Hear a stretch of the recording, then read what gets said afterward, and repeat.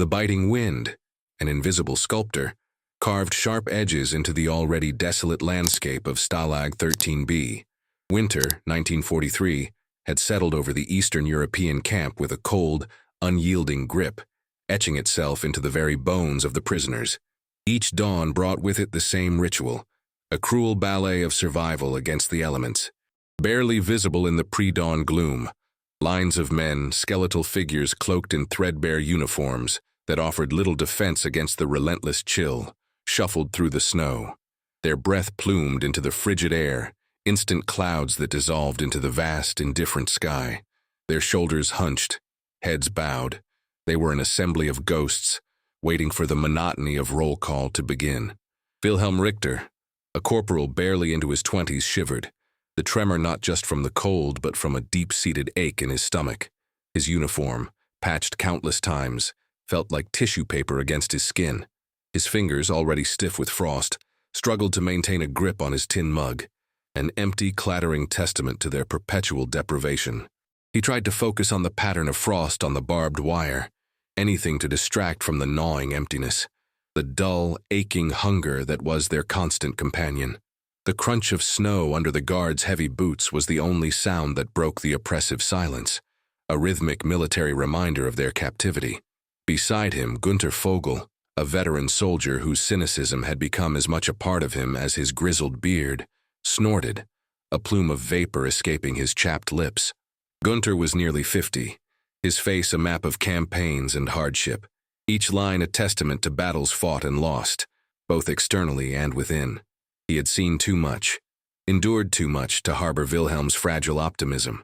Gunther's eyes, roomy and distant, scanned the barbed wire fences, then the watchtowers, their silhouettes stark against the gray-purple of the coming dawn. There was a resigned acceptance in his posture, a man who had long since stopped fighting the inevitable, choosing instead to conserve his energy for the next breath, the next meager ration. The barracks, a collection of roughly hewn timber structures, offered little more than a psychological barrier against the cold. Inside, the cramped, fetid air was thick with the scent of unwashed bodies, damp wool, and the faint, acrid smell of burnt wood from the central stove, which often provided more smoke than heat. Later that morning, after the torturous roll call and the brief, inadequate morning meal, Wilhelm attempted to inject a sliver of normalcy, a fragment of human connection, into their grim existence. He began to hum a half-remembered tune from a Berlin cabaret, a jaunty melody that felt utterly out of place in their current reality. He then tried to tell a joke, a simple, silly one that his sister used to tell. Gunther, hunched over his bunk, carefully examining a tear in his boot, didn't even look up. "Save your breath, Willie," he grumbled, his voice rough. "Laughter won't fill our bellies or warm these bones. It's a luxury we can no longer afford." He missed his real coffee most mornings, a hot, dark, invigorating liquid that had once been a cornerstone of his day. He vividly remembered the robust aroma of freshly ground beans, the warmth of the mug in his hands, the rich, earthy taste that signaled the true beginning of the day. He often described it in wistful detail to anyone who would listen, making it sound like a distant, unattainable myth. It was a luxury, he often mused, that made him feel truly alive, a luxury that now seemed as far away as the stars. Klaus Müller, a quiet, meticulous man in his late 30s who had once owned a successful bakery in Frankfurt, sat on a nearby bunk. He was painstakingly polishing a scavenged tin cup with a piece of rough cloth, his movements precise and deliberate. Klaus rarely spoke, but his actions often spoke volumes. He was a man of routines, of small, careful acts that helped him maintain a sense of order in a world plunged into chaos. While Wilhelm yearned for joy and Gunther for substance, Klaus found solace in the practical, in making the most of what little they possessed. He was always focused on pragmatic solutions, on finding a way to make things just a little bit better, even if only in the smallest, most insignificant way. Their daily existence revolved around the desperate search for sustenance. The mess hall was a grim chamber where hope went to die, or at least to be severely tested. The thin gruel, often little more than colored water with a few barely cooked oats floating mournfully within, was served in tin bowls. It was invariably lukewarm, tasteless, and utterly unsatisfying. Each man received a single, meager slice of hard, stale bread, often so dry it crumbled into dust at the slightest pressure. The ritual of eating was agonizing. Some men tried to make their portion last, taking tiny, almost imperceptible bites, prolonging the illusion of plenty. Others devoured it instantly, their bodies overriding any attempt at delayed gratification. There was no joy in this act, only a primal, desperate attempt to quell the incessant hunger that gnawed at their insides.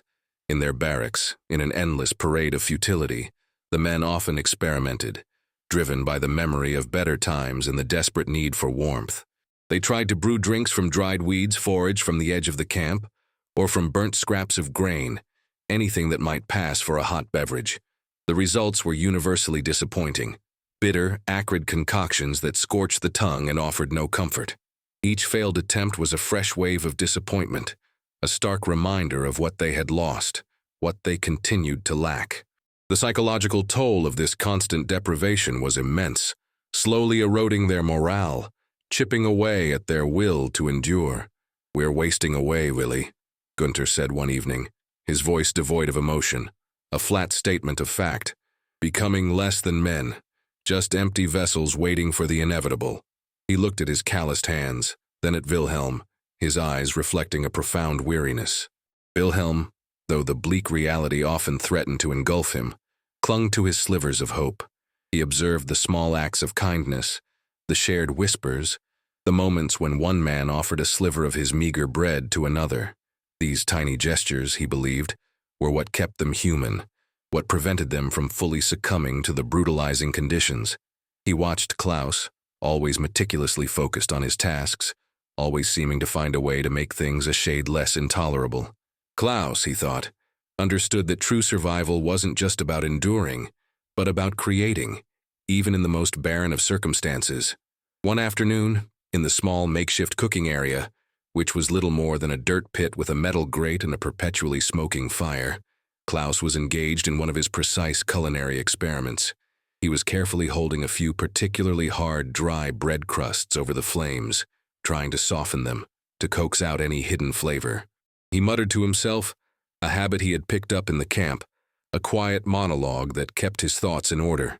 "Some things," he murmured, turning a crust with a pair of scavenged pliers, "they need the fire, need to be burnt, properly, to release their essence, like chicory or grains for coffee." His words, though quiet, hung in the cold air, an unwitting prophecy.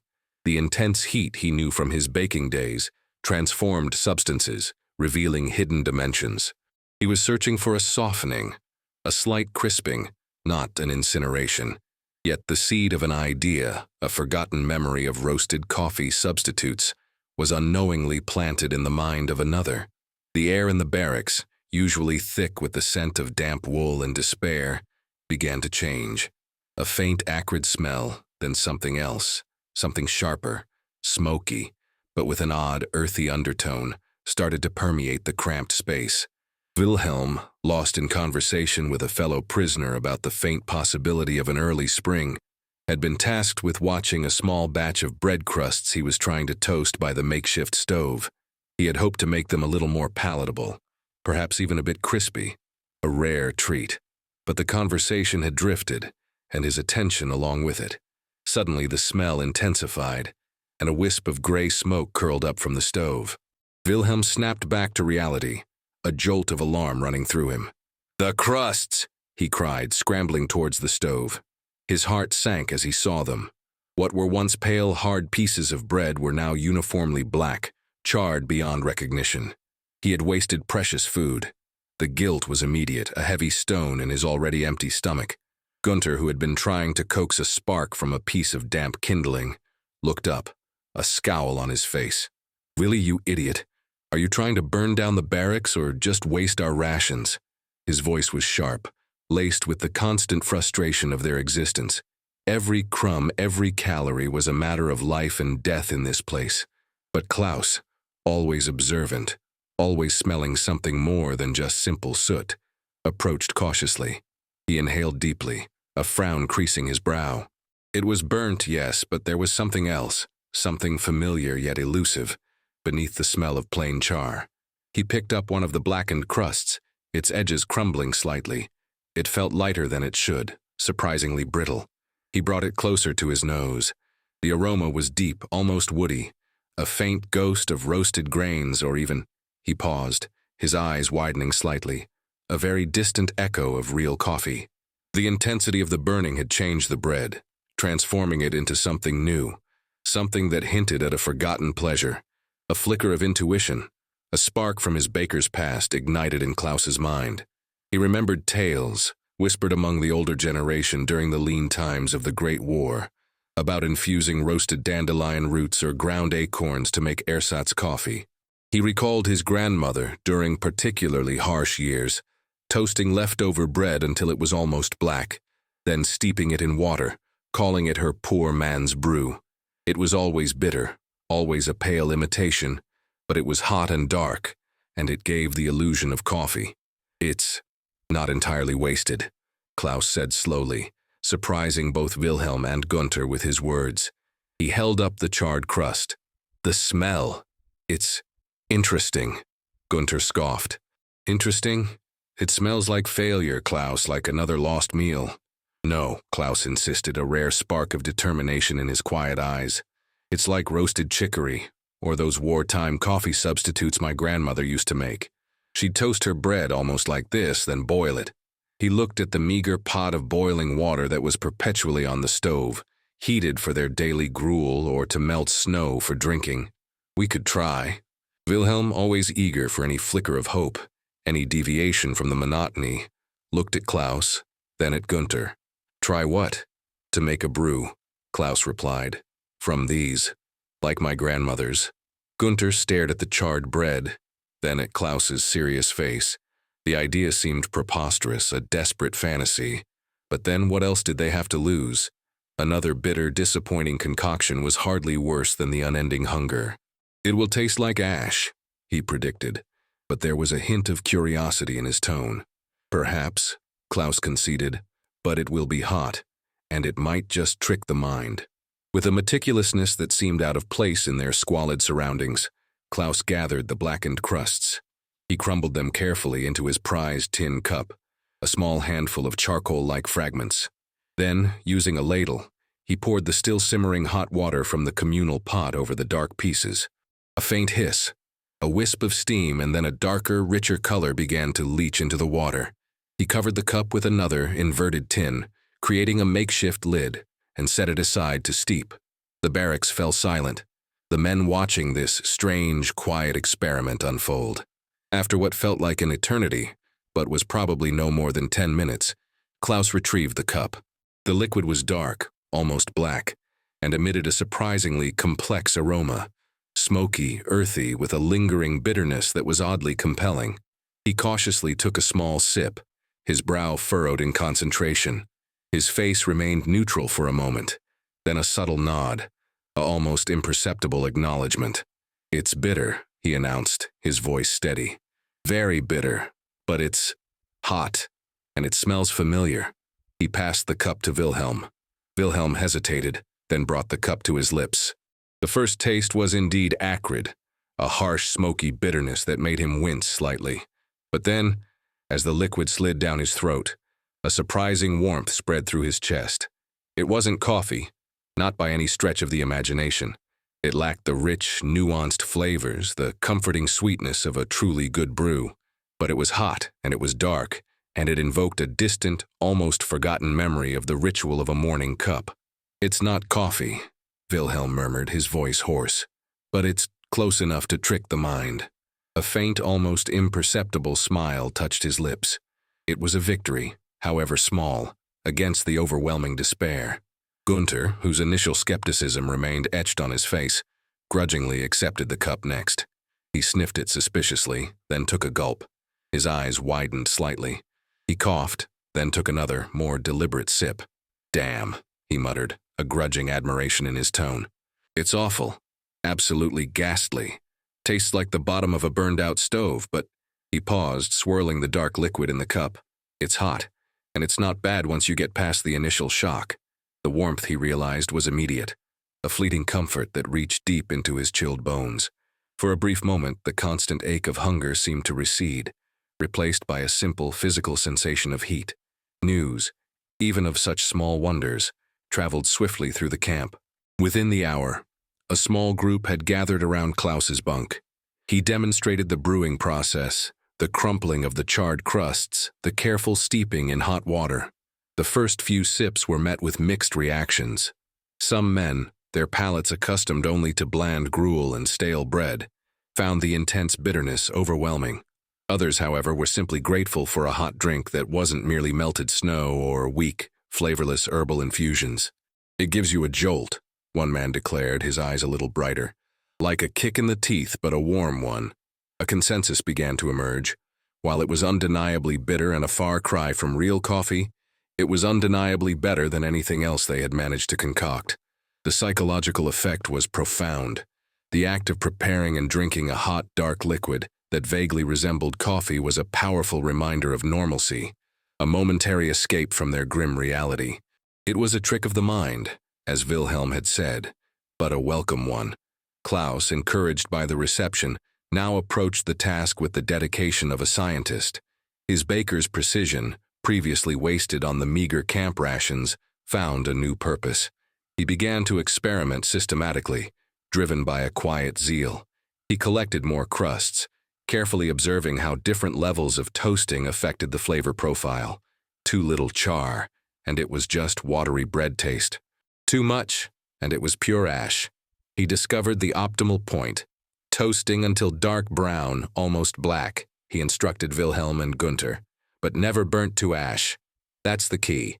You want the deep roast, not the ruin. He refined the infusion method too, experimenting with steeping times. Longer steeping, he found, extracted more flavor, making the brew richer and more robust. He even managed to fashion a rudimentary filter from a scrap of laundered cloth, ensuring a clearer, less gritty liquid. With each refinement, the camp coffee became slightly less bitter, more aromatic, more satisfying. It was a process of trial and error, of subtle adjustments and patient observation, a testament to the human spirit's ability to create, even under the most crushing pressures. The recipe for this unlikely brew spread through the camp like wildfire, yet always in hushed tones, almost conspiratorially. The knowledge became a treasured secret, passed from bunk to bunk, barracks to barracks. Men who previously regarded their stale bread crusts with indifference or annoyance now hoarded them with fierce protectiveness. A small, informal economy blossomed around the black gold, the perfectly charred crusts. Favors were exchanged, small pieces of scavenged wire or a length of string traded for a handful of prime, dark crusts. The rhythmic scraping of crusts being prepared for roasting, the faint, smoky aroma, became a subtle, almost unnoticed feature of barracks life. The guards, particularly Oberleutnant Schmidt, noticed the peculiar, persistent, smoky smell that often wafted from the prisoners' barracks. Schmidt, a stern man with a meticulously trimmed mustache and an unwavering adherence to regulations, often patrolled the camp with a watchful eye. He would sometimes pause, sniff the air, a frown creasing his forehead. He attributed it to the prisoners' clumsy attempts at cooking, their general squalor, or perhaps just the inadequate ventilation of the barracks. He saw no significance in it, no threat, simply dismissing it as another aspect of the miserable existence of the captured. He could not and did not comprehend the small, clandestine revolution brewing beneath his very nose. The camp coffee remained their secret, a tiny, defiant spark of humanity in a world designed to extinguish it. With the camp coffee ritual firmly established, the barracks of Stalag 13B underwent a subtle but profound transformation. Each morning, before the gruel was served, and often again in the late afternoon, the rhythmic clatter of tin cups became a familiar sound. It wasn't the boisterous clang of a mess hall, but a quieter, more intimate symphony. Men gathered in small, tight knots around the makeshift stove, their faces illuminated by the flickering embers, the steam from their cups creating transient halos in the dim light. The hushed conversations that accompanied the brewing and sipping were different too, less about the war, less about hunger, and more about the small, precious fragments of memory they clung to from home. The ritual provided a rare, precious few moments of normalcy, of routine. in an existence utterly devoid of either. Wilhelm, observing the men, felt a quiet satisfaction. This simple act, born of desperation, had become a cornerstone of their day, a psychological anchor in the stormy seas of captivity. It was a communal act, a shared moment that transcended their individual suffering. The psychological and social impact of the camp coffee was undeniable. The bitter brew became a catalyst for storytelling. Over their steaming cups, men would reminisce about their lives before the war, sharing cherished memories of family, of hometown cafes, of the simple pleasures that now seemed impossibly distant. "My wife, she made the best plum cake," one man would murmur, his eyes distant, "and we'd always have it with coffee, strong and sweet." These stories, these shared snippets of a forgotten life, fostered a deeper connection among the prisoners. Morale, which had been steadily eroding, now showed a subtle but significant improvement. Men, previously withdrawn and sullen, began to communicate more, offering each other quiet words of encouragement, sharing the weight of their despair. Even Gunther, the hardened cynic, found himself drawn into the ritual. He now looked forward to his daily cup, a small moment of peace, a tiny slice of quiet contemplation. He would cradle the hot tin mug in his hands, feeling the warmth seep into his calloused palms.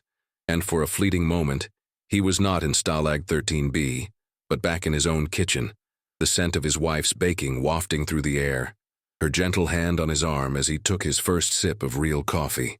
He even began to share stories, haltingly at first, then with a growing ease, about his wife's baking, about the small, bustling cafe they used to frequent. The camp coffee was more than just a drink. It was a conduit to memory, a fragile bridge to the past. A miniature economy flourished around the camp coffee.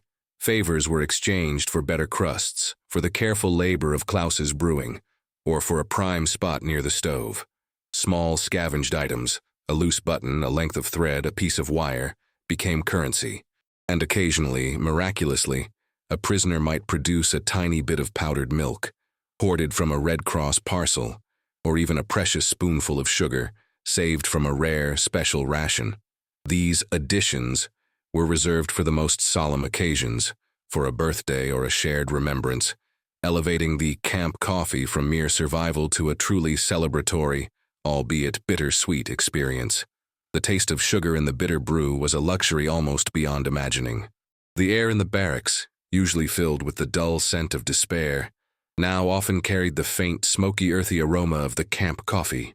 One afternoon, during a routine inspection, Oberleutnant Schmidt paused in the middle of a barracks aisle. His nostrils flared almost imperceptibly. He sniffed, his gaze sweeping across the men, lingering on the makeshift stove where a small pot of water was boiling. The scent was stronger today, more pervasive. "What is that smell?" he demanded, his voice sharp, cutting through the silence. Klaus, who was carefully stirring a fresh batch of crusts steeping in a tin pot, froze. Wilhelm and Gunther exchanged a quick, nervous glance. This was it. The secret was out. Klaus, however, remained outwardly calm. "Just burnt bread, Herr Oberleutnant," he replied, his voice even. "Sometimes when the fire is uneven, it chars the crusts. We try to make use of them, to soften them for eating." Schmidt walked closer, his boots crunching on the dusty floorboards. He peered into the tin pot, then at the charred crusts. He picked one up, his fingers clad in spotless white gloves, then dropped it with a dismissive grunt. "Unsightly," he muttered, "and wasteful. Ensure it does not happen again. The smell is unappealing." He looked at Klaus, then Wilhelm. His eyes narrowed slightly, as if trying to decipher a hidden meaning. But seeing nothing overtly threatening, no obvious breach of regulations, he simply shook his head and moved on. The moment of tension passed, but it reinforced the need for utmost discretion. The camp coffee remained their secret, a small yet potent act of defiance against the oppressive system. It was their small, personal victory, a tiny piece of freedom they had carved out for themselves. A particularly harsh winter storm descended upon Stalag 13B. The wind howled like a banshee, rattling the thin windows of the barracks, finding every crack and crevice. Snow piled against the walls, creating drifts that seemed to threaten to swallow the entire camp. The cold was unbearable, a physical entity that seeped into every fiber of their being, making even the simplest movement an agonizing effort. Despair, a silent and insidious enemy, began to take a heavier toll. Men huddled together, their faces gray with fatigue and hunger, their eyes vacant. On such a day, the camp coffee became more than just a ritual. It became a lifeline. Wilhelm, seeing the profound despondency in a newly arrived prisoner, an emaciated young man whose eyes held a haunted, faraway look, knew he had to act. He poured a precious portion of his own camp coffee into a spare cup, the liquid steaming faintly. "Here," he said, offering it to the new arrival. "It's not much, but it's hot. It will warm you." The young man looked at the cup, then at Wilhelm, his gaze uncertain. He seemed almost too weak to lift it. Wilhelm gently guided his hands. The first sip brought a visible shudder, a grimace at the bitterness, but then a slight relaxation of his rigid shoulders. The warmth, however fleeting, was a powerful force. It's like a spark," the new prisoner whispered, his voice raspy. "It is," Wilhelm affirmed, offering a small, encouraging smile. "It reminds us that we are still here, that we can still make something from nothing." This act of shared warmth, of human connection, transcended the mere taste of the bitter brew. It was a potent message of solidarity, a quiet defiance against the dehumanizing conditions. Gunther, watching from his bunk, felt a familiar warmth spread through him, not just from the coffee in his own cup, but from the sight of Wilhelm's simple kindness. It reminded him that even in the bleakest of places, humanity could still flourish, found in the smallest, most unexpected gestures. As 1944 dragged on, the conditions in Stalag 13B, already brutal, became even more severe. The war, now turning decisively against Germany, made itself felt even in the remote POW camp. Rations were cut further, the meager portions shrinking to almost nothing. The gruel became thinner, the bread even harder and scarcer. Distant artillery fire, a low rumbling thud that shook the very ground beneath their feet, became a more frequent sound, a constant reminder of the ongoing conflict. Rumors, whispered in hushed tones from new arrivals or through clandestine channels, spoke of Allied advances, of battles turning, of a war that might, just might, be nearing its end. These rumors stirred a potent mix of hope and anxiety among the prisoners. Hope for freedom, anxiety for what might happen before it arrived. In this intensified struggle for survival, the camp coffee became an even more crucial psychological anchor. It was a tiny, fragile buoy in a storm-tossed sea. When an illness, a particularly virulent strain of dysentery, swept through the barracks, weakening men who were already on the brink, the camp coffee took on a new, almost medicinal role. Men too weak to eat the gruel found solace in the warm, dark liquid. It soothed their stomachs, offered a fleeting burst of energy, and, perhaps most importantly, reminded them that they were not alone. Wilhelm, always the one to see the needs of others, stepped up, demonstrating a quiet but firm leadership.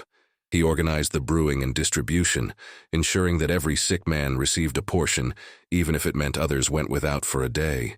Gunther, his cynicism tempered by the shared hardship, offered quiet strength, helping to tend to the sick, fetching water, offering a steadying hand. Klaus, with his meticulous nature, became the primary brewer, ensuring the coffee was as potent and comforting as possible. The warm brew, served in a clean tin cup, was a gesture of profound care, a symbol of their collective will to endure. Then, one chaotic morning, the world outside their barbed wire fences erupted. The sound of distant gunfire intensified, growing closer, more urgent. Explosions rocked the camp, shaking the very foundations of the barracks. The guards, usually so rigid and disciplined, were running, shouting, their authority dissolving into panic. The air was thick with the smell of smoke and fear. Prisoners, a mixture of terror and bewildered hope on their faces, huddled in their bunks, unsure whether to cower or to cheer. Suddenly the gates, which had seemed impenetrable for so long, burst open. Uniformed men, speaking a language they hadn't heard in years, poured into the camp. They were American soldiers, their faces grim, their weapons ready. Disbelief warred with a cautious, almost fragile joy on the emaciated faces of the prisoners. Freedom, a word they had almost forgotten how to utter. The guards were rounded up, disarmed, their authority stripped away as swiftly as the winter snow melted in the spring sun. Before the chaotic but joyous process of processing and repatriation began, Wilhelm, Gunther, and Klaus, along with a few of their closest comrades, gathered in their barracks for one last symbolic brew. They had managed to save enough crusts for a final pot, a ceremonial act in the midst of their liberation. The atmosphere was a strange blend of relief and profound melancholy. Relief for the freedom they had regained, melancholy for the friends who had not survived to see this day. They shared the camp coffee in a silence that spoke volumes, a solemn acknowledgement of their shared journey, their collective endurance. The bitter taste, once a mark of their deprivation, now tasted of victory, of remembrance. As they sipped, a young American soldier, curious and kind-faced, poked his head into the barracks. He saw the emaciated men, the steaming cups, and approached hesitantly. "Everything all right, fellows?" he asked, his English clear and strong. Wilhelm, holding up his cup, managed a weak smile. "Alles gut, Soldat, we are celebrating." He gestured to the pot. Our coffee. We invented it here." The American soldier, intrigued, peered into the pot. "Coffee? Looks a bit dark." "It is," Gunther interjected, a rare hint of a smile on his face. "But it served its purpose."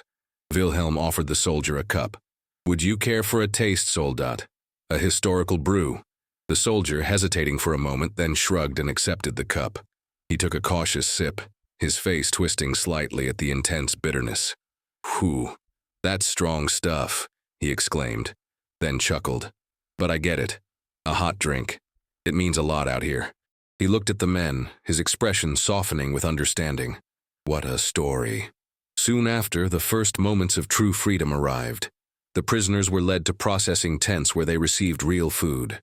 Rich, savory stew, fresh bread, and, almost miraculously, steaming cups of genuine coffee. The aroma alone was intoxicating, a symphony of rich, complex notes that brought tears to Gunther's eyes. The exquisite pleasure of that first sip of real coffee was almost overwhelming. It was smooth, dark, and utterly delicious, a taste of a world they had almost forgotten. But even as they savored the genuine brew, a reflective moment settled over Wilhelm. The real coffee tasted wonderful, infinitely superior in flavor and aroma, yet it lacked the profound shared meaning, the hard-won symbolism of the bitter brew that had sustained them. The camp coffee was not just a drink, it was a testament to their resilience, a bond forged in adversity, a secret language shared only by those who had endured the unspeakable. It had been their defiant act, their small triumph of spirit over circumstance. Decades later, in a sun-drenched kitchen in post-war Germany, Wilhelm Richter, now a grandfather with a kind, wrinkled face and a full head of silver hair, sat at a polished wooden table. The rich, comforting scent of freshly brewed coffee wafted from a porcelain pot, mingling with the aroma of yeast from a loaf of bread cooling on the counter. His grandchildren, two bright-eyed youngsters, sat across from him, captivated by his stories. "Grandpa," his granddaughter Lena asked, her voice eager, "tell us again about the coffee you made in the camp, the burnt bread one." Wilhelm chuckled, a warm, resonant sound. "Ah, the camp coffee. Our black gold, we called it." He picked up a small, smooth stone, turning it in his fingers, lost in thought. "It was the winter of '43, the coldest I remember. We had so little, you see. So very little." He began to recount the story, his voice soft but clear, painting vivid pictures of the bleak Stalag 13B, the gnawing hunger, the desperate search for warmth. He described Gunther's initial cynicism, Klaus's meticulous experiments, and his own accidental charring of the bread crusts that had started it all. He mimed the action of crumbling the blackened crusts, pouring hot water over them, the careful steeping. We'd toast the hard ends of the bread until they were almost black, but not quite ash. You had to be very careful. Too much, and it was useless. Just right, and you had something.